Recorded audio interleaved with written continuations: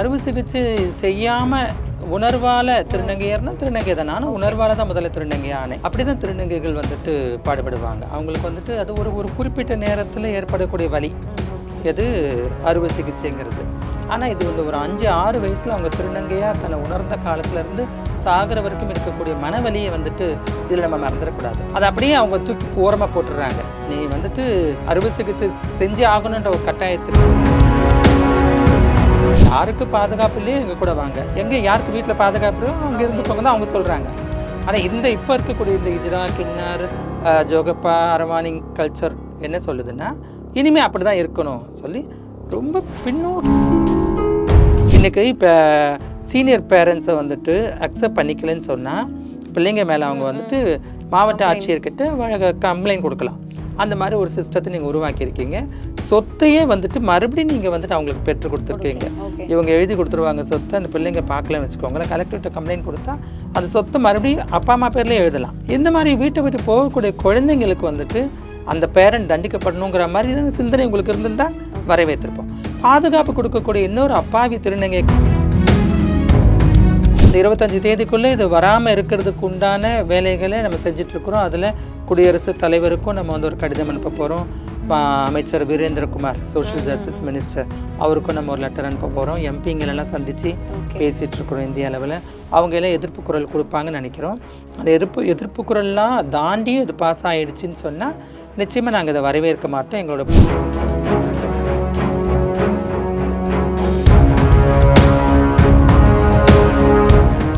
Beyond headlines நேயர்களுக்கு வணக்கம். Transgender protection of rights 2026 அப்படிங்கிற ஒரு பில்லை கொண்டு வந்திருக்காங்க. இதற்கான எதிர்ப்பு குரல்களும் அதிகரிச்சிட்டு இருக்கு. அந்த எதிர்ப்பு குழுவில இருந்து நம்ம கூட இன்னைக்கு பேசுறதுக்காக கலைமாமணி சுதா அவர்கள் நினைச்சிருக்காங்க. வணக்கம். வணக்கம் மேம். என்னுடைய முதல் கேள்வி, நால்சா தீர்ப்புன்னு ஒன்று கொண்டு வந்தாங்க. இப்போ வந்து இந்த 2026 பில் அப்படிங்கிறத கொண்டு வந்திருக்காங்க. நீங்கள் இது வேணான்னு உங்களுடைய எதிர்ப்புகளையும் தெரிவிச்சிட்டு இருக்கீங்க. அதுக்கு முக்கியமான காரணம் என்ன? அந்த தீர்ப்புல இருந்து இது வேண்டாம் அப்படின்னு சொல்றதுக்கான முக்கியமான பாயிண்ட் என்ன? இது வந்துட்டு 2019க்கும் 2026க்கும் சட்ட திருத்தம் தான் இப்போ கொண்டு வர்றது. ஓகே. அந்த 2019 கொடுத்த சட்டம் வந்துட்டு அதுலேயே எங்களுக்கு தேவைகள் இருந்தது. 2014 நால்சா வெர்சஸ் யூனியன் ஆஃப் இந்தியா அதுதான் வந்துட்டு முதலான ஒரு வேர்டிக்ட். அதில் வந்து நம்மளை வந்து திருநம்பிகளை இன்டர்செக்ஸ் பிரிவினரை ஒன்று சேர்த்து இவங்கள 3ஆம் பாலினராக அழைக்கணுங்கிற மாதிரி சொல்லியிருந்தாங்க. அதை ஒட்டி தான் அந்த பாதுகாப்பு சட்டம் வந்தது 2019. அந்த பாதுகாப்பு சட்டத்தில் நால்சால குறிப்பிட்ட இடஒதுக்கீடு அதெல்லாம் இல்லை. இல்லாமல் ஒரு மேம்போக்கான ஒரு சட்டமாக அது வந்தது. சரி, சம்திங் பெட்டர் தென் நத்திங்குங்கிற மாதிரி நம்ம அதை வந்துட்டு அக்செப்ட் பண்ணிட்டோம். ஆனாலும் அதுலேயும் ஒரு சில தேவையற்றதை நாங்கள் வந்துட்டு குரல் கொடுத்தோம். திருநங்கைகள் வந்துட்டு யாசகம் கேட்கறது நிறுத்தணும், இப்படிலாம் இருந்தது. அதுக்கெல்லாம் குரல் கொடுத்து அதெல்லாம் இல்லாத பார்த்துக்கிட்டோம். அதுக்கப்புறம் வந்துட்டு அவங்க என்ன கொண்டு வந்திருக்கணும்னா இந்த 26ல் திருத்தம்னு பார்த்தா அதில் வந்து நிச்சயமாக திருத்தம் இல்லை, அதை 2014 அமல்படுத்துகிற மாதிரியான ரிசர்வேஷன்ஸை கொண்டு வந்திருக்கணும். கல்வியிலையும் வேலை வாய்ப்புலையும் அதையெல்லாம் கொண்டு வராமல் அவங்க மத ரீதியாக கொஞ்சம் சிந்திச்சு முதல்ல எங்களுடைய பேரை எடுக்கணும், அரவானிங்கிற பேரை கொடுக்கணும். வட மாநிலங்களில் வந்து ஹிஜ்ரா, கின்னார், கர்நாடகாவில் ஜோகப்பா, இந்த மாதிரியான பெயர்களை தான் இனிமேல் நம்ம உச்சரிக்கணும் அப்படி சொல்கிறதுக்கு அது வந்துட்டு எங்களுக்கு ஒரு பெரிய கஷ்டமாக இருக்குது. பிகாஸ் அதில் மத ரீதியான பெயர்கள் இல்லை கலாச்சார ரீதியான பெயர்கள். திருநங்கைங்கிறது வந்துட்டு தமிழகத்தில் கொண்டு வந்ததுக்கான காரணம் அரவானிங்கிறது ஒரு அரவான் தெய்வத்தை கும்பிடக்கூடிய இல்லை அரவானுக்கு தாலி கட்டக்கூடிய திருநங்கைகள் அரவானின்னு அழைக்கப்பட்டாங்க. இப்போ அந்த அரவான் இந்து சாமி அங்கே போகாமல் இல்லை அதில் போய் அந்த தெய்வத்தின் மேலே பெரிய ஈடுபாடு இல்லாமல் இருக்கக்கூடிய கிறிஸ்டியன் இஸ்லாமிய திருநங்கைகளையும் மனசில் வச்சு தான் திருநங்கைங்கிற பொது பேரை கொண்டு வந்தாங்க. அதை எடுத்தது எங்களுக்குலாம் ஒரு பெரிய வருத்தமாக இப்போ அமைஞ்சிருக்கு. ரெண்டாவது, திருநங்கைகள் தாம் போய் ஒரு அடையாள அட்டை எடுக்கணுன்னாலும் தன்னுடைய உடலை வந்துட்டு பரிசோதனைக்கு உட்படுத்தணும் அப்படி சொல்லியிருக்காங்க. மாவட்ட ஆட்சியர் பொறுப்பு, அங்கே ஒரு மருத்துவ குழு இருக்கும். திருநங்கைகள் வந்து இவங்க திருநங்கைகள் தானே இல்லையாங்கிறத ஒன்று அவங்களோட அறுவை சிகிச்சை செஞ்சுருக்கிறாங்களாங்கிறத பொறுத்து இருக்கும். செகண்ட், அட்லீஸ்ட் அவங்க வந்து ஹார்மோன்ஸ் எடுத்துருக்கணுங்கிறத பொறுத்து அது கட்டாயப்படுத்தப்படுது. தேர்டு வந்துட்டு திருநங்கைகளுக்கு 2 வீடு மாதிரி தான் இவ்வளவு காலமாக இருக்குது, பழங்காலம் தொட்டு இருக்குது. பிறந்தது ஒரு வீடாக இருக்கும், அவங்க வந்துட்டு திருநங்கையாக மாறுவது திருநங்கை வீடாக இருக்கும். காலப்போக்கில் 2 வீட்டுக்கும் போகிற மாதிரி வரா மாதிரியான ஒரு ஏற்பு வந்துடும். ஆனால் இப்போ என்ன ஆச்சுன்னா அவங்களுக்கு வந்துட்டு புகுந்த வீடான திருநங்கைகளோடு போய் வாழ்ந்து அவங்க வந்துட்டு தன்னை அறுவை சிகிச்சை செஞ்சுக்கணுன்னா செஞ்சுக்கலாம். இந்த சட்டம் சொல்லுது, புதிய சட்ட திருத்தம் செஞ்சுக்கலாம். ஆனால் அங்கே இருக்கக்கூடிய திருநங்கைகள் மேலே புது திருநங்கைகள் அறுவை சிகிச்சை செஞ்சுக்கிட்டவங்க இவங்க தான் எங்களை பண்ணி விட்டாங்க, எனக்கு அதில் விருப்பம் இல்லைன்னு சொல்லிட்டா இது வந்துட்டு 10 வருஷத்துக்கு மேலே தண்டனையும் 5 லட்சம் ரூபாய் அபராதமும் கொடுக்கணுங்கிற மாதிரி தண்டனையவே கொடுத்துருக்காங்க. சட்டத்துக்கு புறம்பானதுன்னு கூட சொல்லலை, தண்டனையவே இதுதான் தண்டனைன்னு சொல்லியிருக்காங்க. அப்போ ஒருத்தருக்கு ஒருத்தர் பிடிக்கலை, ஒரு பிரிஞ்சு போகிறாங்க, ஏதோ ஒரு கோபம்னாங்கன்னா அவங்க போய் ஈஸியாக இந்த மாதிரியான ஒரு கம்ப்ளைண்ட்டை கொடுத்துட்டு போக முடியும். 4வதாக திருநம்பிகளை வந்துட்டு இதுலேருந்து முற்றிலும் நீக்கியிருக்காங்க. அப்போ அவங்க என்ன சொல்ல வராங்கன்னா 2019 இருந்த திருநம்பிகள் வந்துட்டு இந்த 6 வருஷமாக அவங்க யோசித்து பார்க்குறாங்க, அப்படி ஒன்று இல்லைன்னு சொல்லி தூக்குறாங்க. அது என்ன அர்த்தம்னு புரியல. திருநம்பிகள் இருக்காங்க, இடையில திருநம்பிகள் வந்துட்டு திருமணம் செஞ்சுக்கலான்னு ஒரு சட்டம் இருக்குது 2022. அப்போ அந்த சட்டத்தையும் அவங்க புறக்கணிக்கிறாங்க. 2019 அவங்களே கொண்டு வந்ததையும் அவங்க புறக்கணிக்கிறாங்க. 2014 நால்சா வெர்சஸ் யூனியன் ஆஃப் இந்தியாவுடைய அந்த வேர்டிக்ட்லேயும் திருநம்பி இருக்கிறதையும் புறக்கணிக்கிறாங்க. இது ஒரு பெரிய கஷ்டமாக இருக்குது. ஆல்ரெடி பெண்களுக்கு பாதுகாப்பு இல்லை. பெண்ணாக பிறந்த திருநம்பிகள் வந்துட்டு அவங்க ரொம்ப காலம் அந்த பெண் உறுப்போடு வாழ வேண்டிய ஒரு சூழல் தான் இன்றைக்கி இந்தியாவில் இருக்குது. அவங்களுக்கு அதுக்கான மாற்று ஏற்பாடுகள் அவ்வளவா இல்லை. அப்படி இருக்கும்போது அவங்கள சட்டமும் புறக்கணிச்சா அவங்க என்ன ஆவாங்கங்கிற கேள்வி இருக்குது. ஸோ இந்த 4 விஷயத்தை எதிர்த்து தான் நாங்கள் போராடுறோம். இது 4 விஷயம் தான் எங்களுக்கு முரண்பாடாக இருக்குது. ஓகே, இப்போ நீங்கள் ஒரு 4 விஷயம் சொல்லியிருந்தீங்க, அதுலேருந்து நான் என்னுடைய கொஸ்டின்ஸை டீட்டெயிலாக உள்ளே போகலான்னு நினைக்கிறேன். இதுக்கு முன்னாடி வந்துட்டு நான் ஒரு திருநங்கை அப்படிங்கிறத நம்ம சொன்னோனாலே வந்துட்டு ஐடி கார்டு கிடைக்கிறதுக்கான வாய்ப்புகள் இருந்தது. பட் இப்போ வந்து நம்மளுடைய போய் நம்ம திரும்ப சுய பரிசோதனை பண்ணணும், அது மூலயமா அவங்க வந்து பார்க்கணும், அக்செப்ட் பண்ணிக்கிட்டா மட்டும்தான் நமக்கு ஒரு ஐடி கார்டு கிடைக்கும் அப்படிங்கிற ஒரு நிலைக்கு வந்து தள்ளியிருக்காங்க. இது திருநங்கைகளுக்கு, இப்போ திருநங்கையா ஆகணும்னு நினைக்கிறவங்களுக்கு எந்த மாதிரி ஒரு தாக்கத்தை வந்து உருவாக்கும் அப்படிங்கிற கேள்வி. நிச்சயமா. இப்போ நான் வந்துட்டு திருநங்கை, நான் அறுவை சிகிச்சை செஞ்சுக்கிட்டேன். அறுவை சிகிச்சை செய்யாமல் உணர்வால திருநங்கையா இருந்தால் திருநங்கை தான். நானும் உணர்வால தான் முதல்ல திருநங்கையானேன். அப்படிதான் திருநங்கைகள் வந்துட்டு பாடுபடுவாங்க. அவங்களுக்கு வந்துட்டு அது ஒரு குறிப்பிட்ட நேரத்தில் ஏற்படக்கூடிய வலி, எது அறுவை சிகிச்சைங்கிறது. ஆனால் இது வந்து ஒரு 5-6 வயசில் அவங்க திருநங்கையாக தன்னை உணர்ந்த காலத்துலேருந்து சாகிற வரைக்கும் இருக்கக்கூடிய மனவலியை வந்துட்டு இதில் நம்ம மறந்துடக்கூடாது. அதை அப்படியே அவங்க தூக்கி ஓரமாக போட்டுடுறாங்க.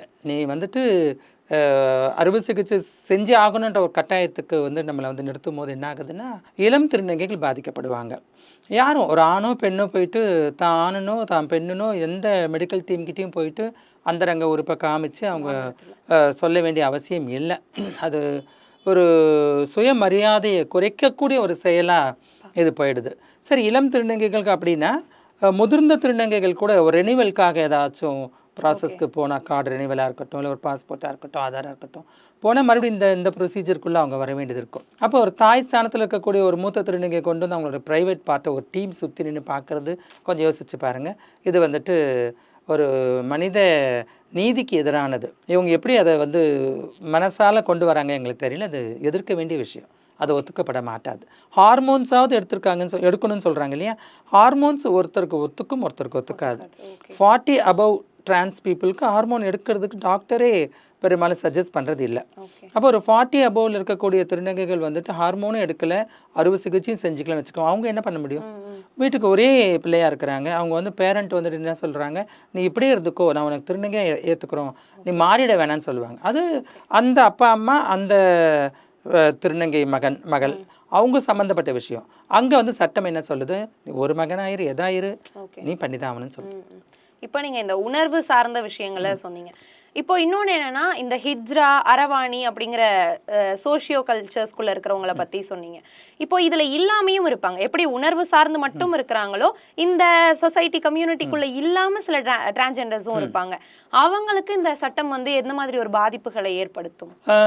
இந்த கலாச்சார ரீதியாக இருக்கக்கூடிய இது வந்து ஜமாத்னு சொல்லுவாங்க. ஓகே, அதை கின்னார், ஹிஜ்ரா, திருநங்கை, இவங்க எல்லாம் மேக்சிமம் வந்துட்டு அந்த ஜமாத், திருநங்கை ஜமாத்குள்ளே இருப்பாங்க.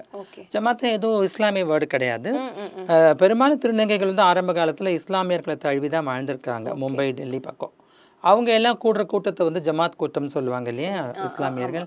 அதே மாதிரி இவங்க வந்து பழக்கப்படுத்தியிருக்காங்க அந்த வார்த்தைகளை. அதனால அந்த ஜமாத்தை ஒட்டி இவங்க இருக்கிறது தான் வந்துட்டு சோஷியோ கல்ச்சர். அதில் இல்லாத திருநங்கைகள் கொஞ்சம் குறைவு தான், நம்ம அதை வந்து ஒத்தாகணும். ஒரு 10% இருக்கலாம். நான் தமிழ்நாடு மனசில் வச்சு சொல்கிறேன், இத்தனை வருஷம் என்னுடைய அனுபவத்தை வச்சு சொல்கிறேன். 90% வந்துட்டு அந்த சோஷியல் கல்ச்சருக்குள்ளே வருவாங்க. ஆனால் அது வந்துட்டு நிரந்தரமாக இருக்கக்கூடாது. இவங்க சுதந்திரமாக தன்னோட வீட்டில் பெற்றவங்களோடு இருக்கணும், அங்கேருந்து படிக்கணும், அங்கேருந்து அவங்க வந்துட்டு வெளியில் ஒரு நல்ல ஒரு அதிகாரியாக வெளியே வரணும், நினச்ச மாதிரியான ஒரு செயலை அவங்க செய்கிற மாதிரி படிப்போட வெளியில் வரணும். அவங்க வலுக்கட்டாயன்னு சொல்ல முடியாது. அவங்க வந்துட்டு இதுக்குள்ளே தான் வந்து இப்படி தான் வாழணும் சொல்லி இல்லை. அந்த காலம் மாறக்கூடிய ஒரு சூழ்நிலை வருது.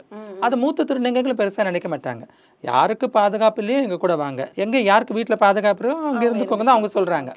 ஆனால் இப்போ இருக்கக்கூடிய இந்த இஜ்ரா, கின்னார், ஜோகப்பா, அரவானி கல்ச்சர் என்ன சொல்லுதுன்னா இனிமேல் அப்படி தான் இருக்கணும் சொல்லி ரொம்ப பின்னோக்கி கொண்டு போய் நிறுத்துகிறாங்க. அது எங்களுக்கு ஒத்து வரல. ஓகே, இப்போ இன்டர்செக்ஸையும் இதுக்குள்ள இன்க்ளூட் பண்ணியிருக்காங்க. அது நீங்க சொன்ன மாதிரி 2019லயே பண்ணாங்கன்ற மாதிரியும் நீங்க சொல்லியிருந்தீங்க. அது சரியான முறையா இருக்குமா? ஏன்னா டிரான்ஸ்ஜெண்டர்ஸ் என்ன ப்ரொசீஜரோ இல்லை அவங்களுக்கு என்ன ரைட்ஸோ அது இவங்களுக்கும் ஒத்து போகிறதா இருக்குமா அப்படிங்கிற ஒரு கேள்வி வருது. கரெக்ட். இன்டர்செக்ஸ் பர்சனுங்கிறது அது நிறைய வேரியேஷன்ஸ் இருக்கும். கிட்டத்தட்ட ஒரு 54 வகையான வேரியேஷன்ஸ் இருக்குதுன்னு சொல்லிட்டு ஒரு இன்டர்செக்ஸ் பர்சன் சொல்ல நான் கேள்விப்பட்டிருக்கேன். அப்போது அவங்களுக்கு வந்துட்டு பெண்ணுறுப்பு ஆணுறுப்பு இரண்டும் கலந்து இருக்கலாம், இல்லை அதில் ஒன்று வந்துட்டு மிஸ் ஆகிருக்கலாம், அல்லது உடலில் வேறு ஏதோ ஒரு பாகங்களில் கூட அதோட மீதி இருக்கலாம். எத்தனை வகை உடம்புக்கு உள்ளுக்குள்ளார கூட நிறைய மாறுபாடுகள் இருக்கும். அதை வந்து இன்டர்செக்ஸ்ன்னு சொல்கிறாங்க. அவங்க கூட 18 கம்ப்ளீட் ஆனதுக்கு அப்புறம் தான், எப்படி திருநர் மக்கள் வந்துட்டு இப்போ திருநங்கைகளும் திருநம்பிகளும் 18 கம்ப்ளீட் ஆகிறதுக்கு முன்ன வரைக்கும் ஜெண்டர் நான் கன்ஃபார்மிங் சில்ட்ரனும் அதே தான் அவங்களும் 18 முடிஞ்சதுக்கப்புறம் அவங்க தன்னை என்னவா உணர்றாங்களோ அதுக்குண்டான அறுவை சிகிச்சையும் ஹார்மோன்ஸும் அவங்க எடுத்துக்கலாம். அது அவங்களுடைய விருப்பம், எடுக்காமே இருந்துக்கலாம். அதை வந்துட்டு அதில் 3ஆம் பாலினராக வரக்கூடியவங்களை இதுக்குள்ளார கொண்டு வந்துடுறாங்க. அது பிரச்சனை இல்லை, அதை யாரும் எதிர்க்கலை. இப்போ டிரான்ஸ்மேன், குயர் பர்சன் இந்த வார்த்தைகள் எல்லாத்தையுமே இதுல இருந்து நீக்கியிருக்காங்க. இதை எப்படி பார்க்கறது நம்ம? இல்லை, குயர் பர்சனுங்கிறது வந்துட்டு ஏற்கனவே இல்லை. ஓகே, அது வந்து டிரான்ஸ்ஜெண்டர் ப்ரொடெக்ஷன் ஆக்ட்லையும் இல்லை, நால்சாவும் சொல்லலை. குயர் பர்சனுங்கிறது வந்துட்டு எப்படின்னு சொல்லணும்னு சொன்னால் அது ஒரு ஜெண்டர் ஓரியன்டேஷன். ஓகே, சரிங்களா? அது வந்துட்டு லெஸ்பியன், கே, பைசெக்சுவல், ஆமாம், அது டிரான்ஸ்ஜெண்டரும் வரும். ஆனால் LGBTIQ+ல அந்த டீயை தனியாக நம்ம எடுத்துடணும், ஐயை எடுத்துடணும். அந்த T and I தான் வந்துட்டு நம்மளுடைய இதில் டிரான்ஸ்ஜெண்டர் இன்டர்செக்ஸில் வந்துடுது. LGBTQ+ வந்துட்டு Qங்கிறது இந்த கொயர், எல்லாத்தையும் சேர்த்த கொயர்.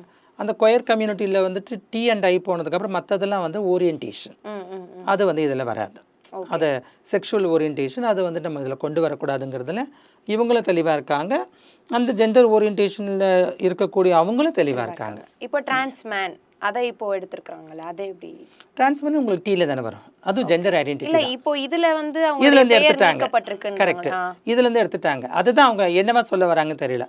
இப்போ மாற்றுப்பாலினமாக மாறுவது தான் வந்துட்டு டிரான்ஸ்ஜெண்டர் பர்சன். இப்போ நான் வந்துட்டு பிறப்பில் ஒரு ஜெண்டராக இருக்கிறேன், வளரும் போது நான் வந்து வேறையாக நான் உணர்றேன், அதன்படி என்னோட உடல் அமைப்பை முடிஞ்ச வரைக்கும் நான் மாற்றிக்கிறேன், வெளியில் நான் ரெப்ரசன்ட் பண்ணிக்கிறேன். அதே தான் திருநம்பிகளும். அப்போ 2 பேரும் தான் நாங்கள் டிரான்ஸ்ஜெண்டர்ஸ். எப்படி இதை வந்துட்டு அவங்க வந்து அவ்வளோ ஈஸியாக இக்னோர் பண்ணாங்கன்னு தெரியல, திருநம்பிகளை இக்னோர் பண்ணிட்டாங்க. அதுக்கான பெரிய காரணமும் அவங்க சொல்லலை. ஓகே, இப்போ முக்கியமான விஷயமா இந்த கேள்வி இருக்கும்னு நான் நினைக்கிறேன். இப்போ இந்த காலகட்டத்தில் வந்து நீங்க சொன்ன மாதிரி LGBTQ இவங்க எல்லாருமே அவங்களுடைய வெளிப்படையா இப்போதான் பேச ஆரம்பிக்கிறாங்க. அவங்களுக்கான மாற்றங்களை நம்ம தேடி போய்கிட்டு இருக்கோம். அவங்களுக்கு சட்டத்திட்டங்களை உருவாக்கணும், அவங்களுக்கும் எல்லா உரிமைகளும் கொடுக்கணும்னு பேசக்கூடிய இந்த நேரத்துல ஆல்ரெடி கொடுக்கப்பட்டிருந்த டிரான்ஸ்ஜெண்டர்ஸோடைய உரிமைகளையும் பறிக்கக்கூடியதா உங்களுடைய நிறைய தோழர்கள் பேசுறப்பையும் சொல்லியிருந்தாங்க, இது 30 வருஷத்துக்கு பின்னால கொண்டு போற மாதிரி இருக்கணும். ஸோ அந்த ஒரு நிலைக்கு இந்த சட்ட மசோதா கொண்டு வந்து விடுதா அப்படிங்கிற கேள்வி. நிச்சயமாக விடுது. இவங்க வந்துட்டு இதிகாசங்களை, ராமாயணம், மகாபாரதம், இந்து தெய்வங்களே தானே இவங்க வந்து பிரதானப்படுத்துகிறாங்க. அப்போ இவங்க வந்து ரொம்ப பின்னோக்கி போகிறதுல ஒன்றும் ஆச்சரியப்படுறதுக்கு இல்லை. சரி, அப்படி பின்னோக்கி இருந்த காலத்தில் எப்படி இருந்தாங்கன்ற பதிவு கூட கிடையாது. அப்போ கௌரவமாக வாழ்ந்தாங்களா, எப்படி வாழ்ந்தாங்க, வேலைக்காரர்களாக இருந்தாங்களா, இல்லை ராணிகளாக இருந்தாங்கன்னா கூட தெரியாது. அப்படி இருக்கும்போது இவங்க வந்துட்டு எங்களை ஏன் பின்னோக்கி கொண்டு போகணும்? இப்போ இருக்கக்கூடிய AI காலத்தில் நாம் வந்து நாங்கள் சமூகத்தோடு கலந்து எல்லா துறைகள்லையும் வரக்கூடிய ஒரு நேரம் வந்துட்டு இருக்கிறாங்க. இன்றைக்கி வந்து ஸ்டேட் பிளானிங் கமிஷன்லேயே தமிழ்நாடு கவர்மெண்ட்டில் இருக்கிறாங்க. அந்தளவுக்கு வளர்ந்துருக்கும் போது எங்களை வந்துட்டு வலுக்கட்டாயமாக ஒரு பெரிய தடையை போட்டு உங்களுக்கு நான் ஒரு லிமிட்டேஷன் வைக்கிறேன், நான் ஒரு கட்டம் போடுறேன், அதுக்குள்ளே நீங்கள் இருக்கணுங்கிறது வந்துட்டு எப்படி ஒரு சட்டமாகும்? அது எங்களுக்கு ஒரு பெரிய பின்னடைவை கொடுக்குது. மனதாலும் நாங்கள் சமூகத்தாலையும் எப்படி எதிர்கொள்ள போகிறோம் எங்களுக்கு புரியல. சமூகத்தையும் எப்படி எதிர்கொள்ள போகிறோன்னு தெரியல, எங்கள் மனநிலை எப்படி மாறப்போகுது தெரியல. ஏன்னா இவங்க மெஜாரிட்டி மாநிலங்களவையிலும் சரி மக்களவையிலும் சரி இவங்க கொண்டு வந்த எந்த பில்லும் வந்துட்டு இது வரைக்கும் பாஸ் ஆகாமல் போனது இல்லை. பஞ்சாபில் வந்துட்டு விவசாயிகள் உள்ளே பூந்து போராடி ஒன்றும் நடக்கலை. மணிப்பூரில் இன்னும் கொழுந்து விட்டு எரியக்கூடிய நெருப்புக்கு அணைக்கிறதுக்கு வழி இல்லை. இப்படி தான் இவங்களுடைய அரசாங்கம் இருக்குது. இன்னமும் இஸ்லாமியர்கள் முடக்கப்படுறாங்க, கிறிஸ்தவர்கள் ஒடுக்கப்படுறாங்க, இவங்களை எதிர்க்கக்கூடியவங்க வந்துட்டு அமலாக்கத்துறையால் ஒடுக்கப்படுறாங்க. இப்படி எத்தனையோ விஷயங்கள் இருக்குது, நம்ம கண்கூட பார்க்குறோம். இப்போ எல்லாத்தையும் தாண்டி பிறப்பால் இந்த பாதிப்புன்னு சொல்ல முடியாது, பிறப்பால் ஒடுக்கப்பட்ட சமூகத்தால் புரிந்து கொள்ளப்படாத இந்த சமூகத்துக்கிட்டையும் இவங்களுடைய அடையாளத்தை திணிக்கணுமா? அது கஷ்டமாக தான் இருக்குது. ஓகே, இப்போது பனிஷ்மெண்ட் பற்றி நீங்கள் சொல்லியிருந்தீங்க. இப்போது டிரான்ஸ்ஜெண்டர்ஸ் கம்யூனிட்டிக்குள்ளேயே வந்துட்டு அவங்க ஒரு இளம் டிரான்ஸ்ஜெண்டரை மாற்றுறாங்க அப்படின்னா, அவங்களுக்கு ஃபோர்ஸ் பண்ணி அவங்க ஜெண்டரை கன்வெர்ட் பண்ணுறாங்க அப்படின்னா அவங்களுக்கு 10 வருஷம் சிறை அப்படிங்கிறத சொல்லியிருக்காங்க. ஆனால் இன்னொரு பக்கம் பார்த்தோம் அப்படின்னா, வெளிநபர்களால் டிரான்ஸ்ஜெண்டர்ஸ் கம்யூனிட்டிக்குள்ளே ஏதாவது அவங்க பிரச்சனையை உண்டாக்குறாங்க அப்படின்னா அவங்களுக்கு 2 years ஜெயிலும் ஃபைனும் அப்படிங்கிறத சொல்லியிருக்காங்க.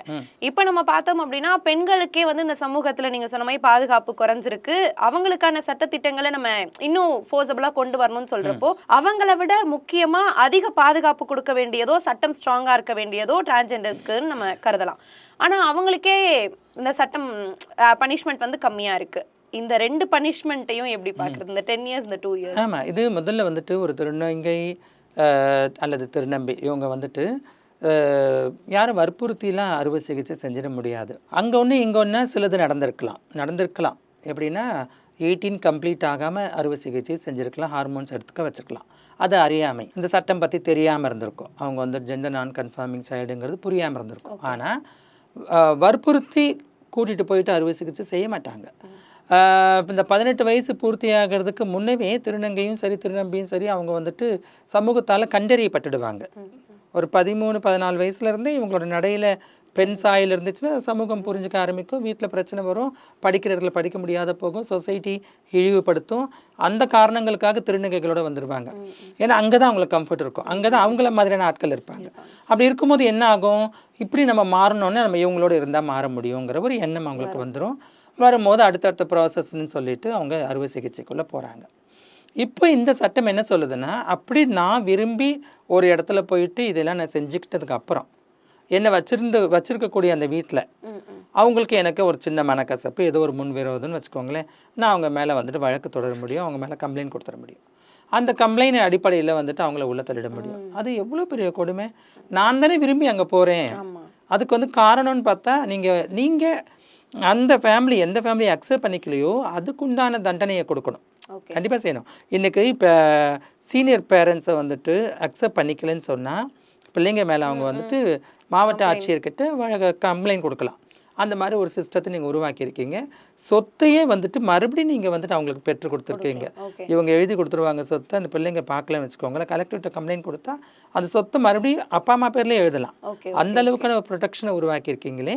இந்த மாதிரி வீட்டை விட்டு போகக்கூடிய குழந்தைங்களுக்கு வந்துட்டு அந்த பேரண்ட் தண்டிக்கப்படணுங்கிற மாதிரி சிந்தனை உங்களுக்கு இருந்திருந்தால் வரவேற்றிருப்போம்.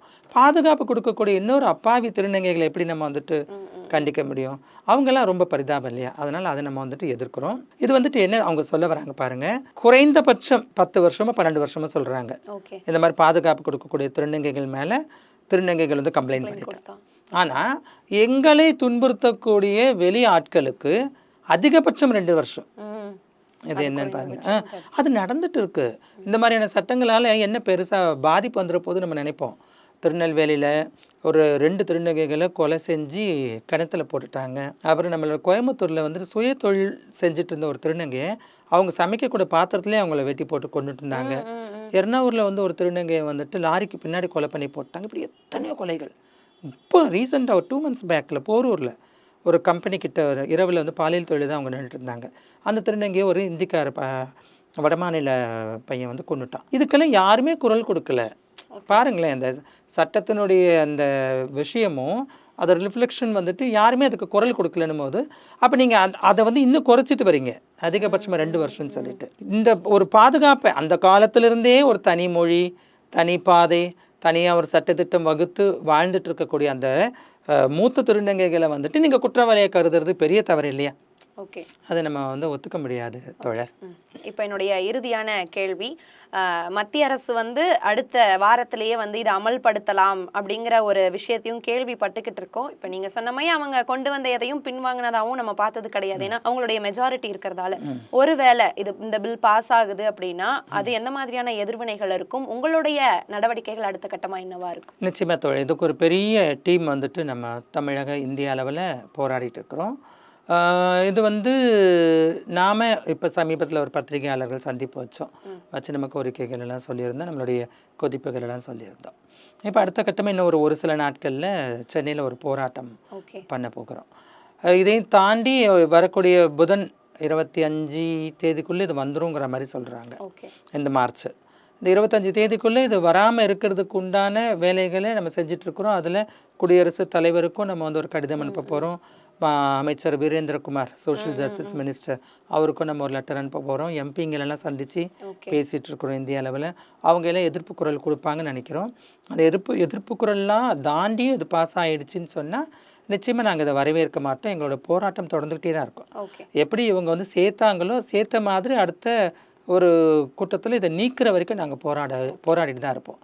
அதையும் தாண்டி நம்ம வந்து மாநில அரசாங்கம் எதிர்வரக்கூடிய அரசாங்கம் யாருன்னு பார்த்து அவங்கக்கிட்ட நம்ம பேசி மாநில அரசாங்கங்கள் வந்துட்டு இதை நிராகரிக்கிற மாதிரி கொண்டு வரணும்.